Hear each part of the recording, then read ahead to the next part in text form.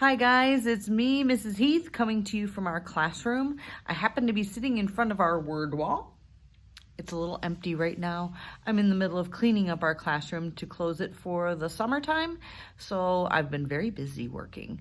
And I'm going to stop and take a break and do a read aloud. As I'm getting our library books organized and putting away, I decided that I wanted to do a couple more read alouds before we finish out the year. And one of my favorite authors is Mo Willems. And he wrote this book. It's called Goldilocks and the Three Dinosaurs. As you see, it says Mo Willems, but it's as retold by Mo Willems. So it's kind of like Goldilocks and the Three Bears, but Mo Willems retold the story and called it Goldilocks and the Three Dinosaurs. I wonder what trouble Goldilocks will get into. That's what the front cover looks like. Goldilocks and the Three Dinosaurs by Mo Willems. He did the words and the pictures. Here we go. Once upon a time, there were three dinosaurs, Papa Dinosaur, Mama Dinosaur, and some other dinosaur who happened to be visiting from Norway. Home sweet dinosaur home. This must be the guy visiting from Norway. One day, for no particular reason, the three dinosaurs made up their beds, positioned their chairs just so, and cooked 3 bowls of delicious chocolate pudding at varying temperatures. So they're having pudding. And here's their guest from Norway. "Oh boy," said Papa Dinosaur in his loud booming voice. "It is finally time to leave and go see the, someplace else." "Yes," continued Mama Dinosaur, "I sure hope no innocent little succulent child happens by our unlocked home while we are, someplace else." Well, that's kind of funny. I feel like they're trying to get somebody to come in their house. "Har, har, harvest, horses." He must be speaking in Norwegian, which is the language of Norway. Then the other dinosaur made a loud noise that sounded like a big evil laugh, but was probably just a Norwegian expression. Ah, it's just as I thought. The three dinosaurs went someplace else and were definitely not hiding in the woods waiting for an unsuspecting kid to come by. They're making it sound like the Three Bears, but very different. Sure enough, 5 minutes later, a poorly supervised little girl named Goldilocks came traipsing along. This says 2 miles to a very nice house. Just then, the forest boomed with what could have been a dinosaur yelling, "Gotcha!" But I'm pretty sure it was just the wind. The loud noise was immediately followed by another loud noise that sounded kind of like, "Be patient, Papa Dinosaur, the trap is not yet sprung." But that could have been a rock falling or a squirrel. Getting closer. I think they're kind of trying to trick Goldilocks to coming in their house. Either way, Goldilocks was not the type of little girl who listened to anyone or anything. For example, Goldilocks never listened to warnings about the dangers of barging into strange, enormous houses.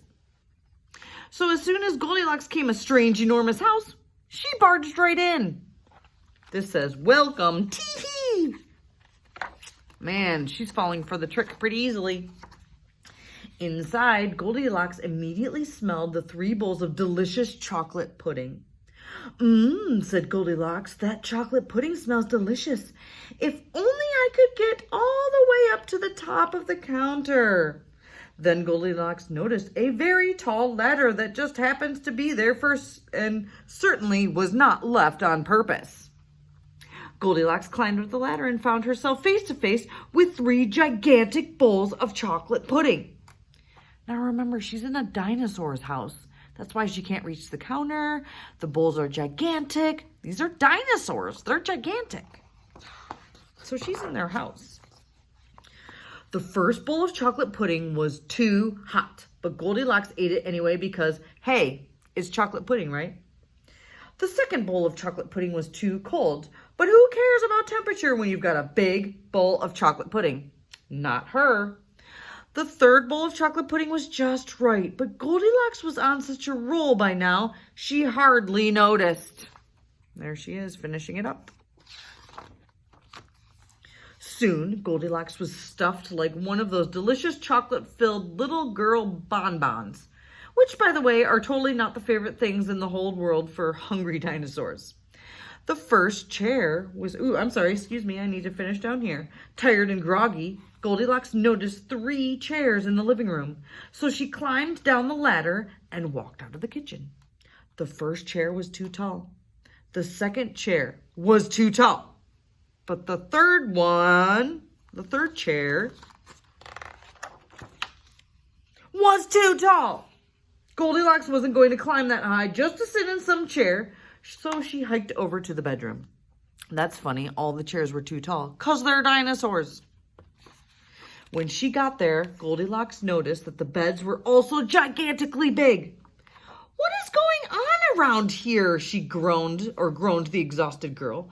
"The bears that live here must be nuts."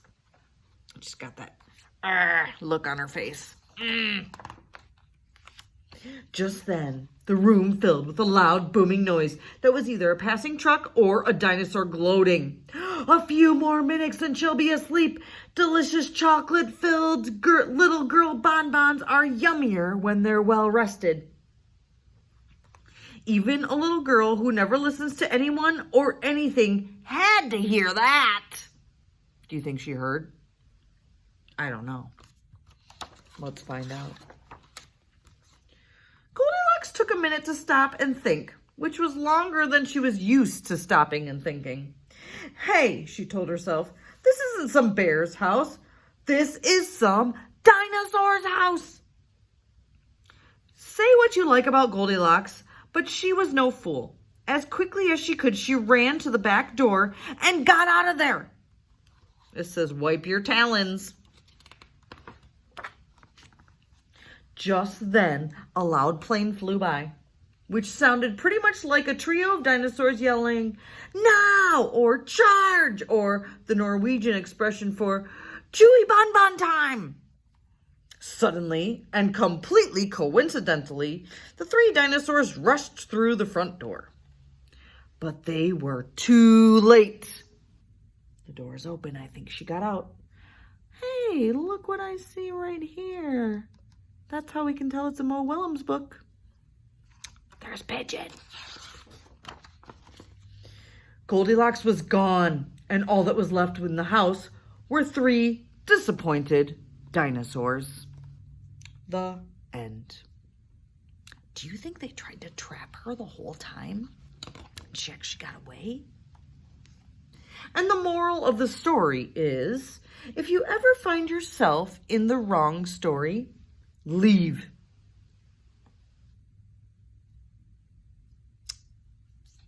That's funny because look, she's going to see her little bears now because Goldilocks knows the 3 bears, not the 3 dinosaurs. So if she was in the wrong story, she had to leave, and now she's going to the right story with the 3 bears. Oh, Mo Willems, you're so funny. And the moral for dinosaurs is, lock the back door! And then you won't have little Goldilocks running in your house. The end. I noticed in the first front cover, all of the words were crossed out. This time, there's one set of words that's circled, and it's Goldilocks and the 3 bears.